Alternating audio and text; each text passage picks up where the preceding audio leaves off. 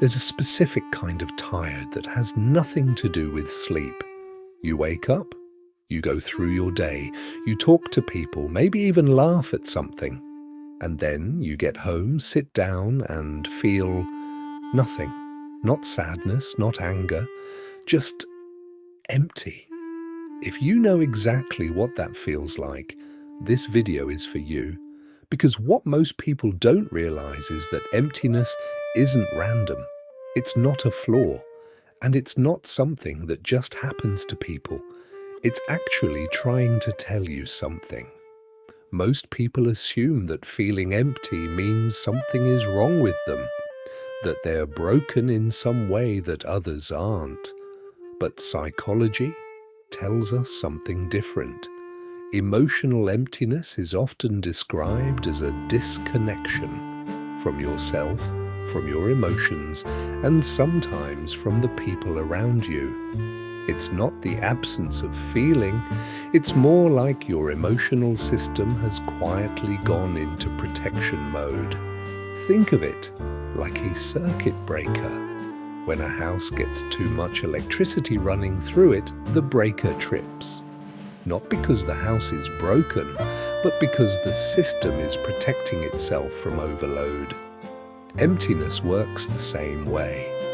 At some point, maybe gradually, maybe all at once, your inner world experienced too much pain, too much disappointment, too much of carrying things you were never meant to carry alone. And so a part of you went quiet. Here's what's interesting.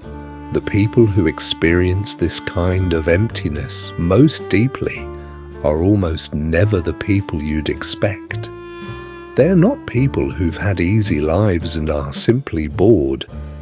They're usually the ones who felt everything at some point, deeply, intensely, completely.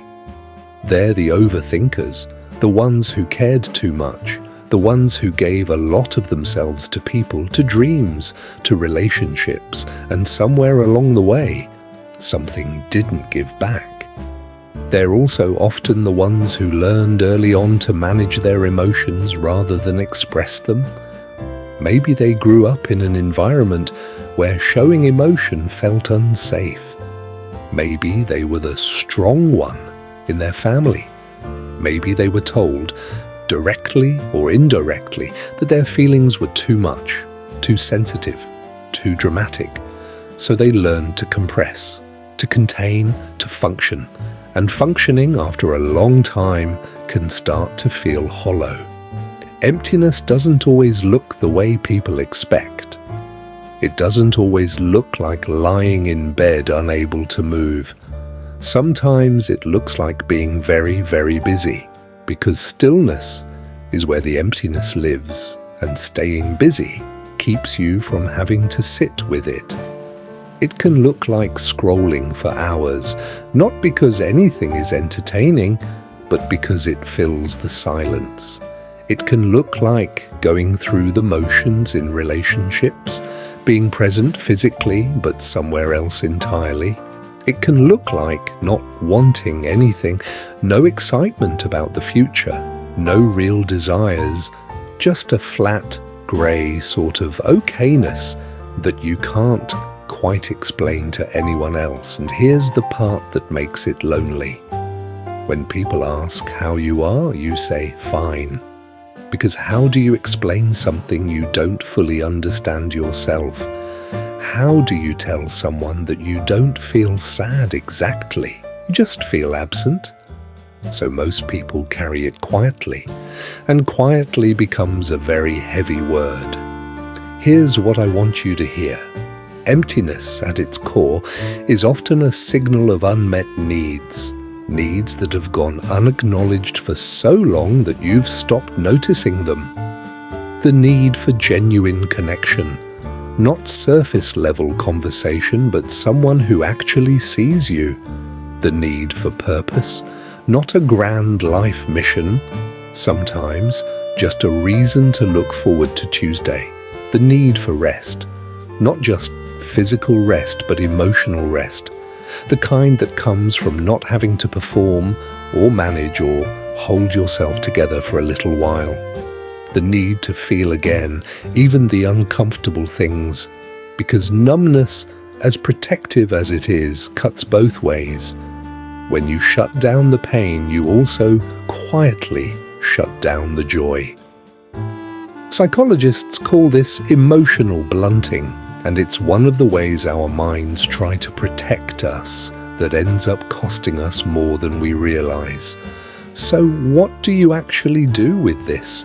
The answer isn't dramatic. It's not a sudden breakthrough or a single moment where everything shifts. It's smaller than that. And that's actually good news. The first step is simply naming it, not fixing it, just acknowledging, I feel empty. And that's real, and it matters. That alone is more powerful than it sounds, because most people spend enormous energy trying to outrun the feeling rather than facing it. The second is getting curious instead of critical. Instead of, what's wrong with me? Ask, what is this feeling trying to protect me from? What did I need that I didn't get? The third is small reconnection.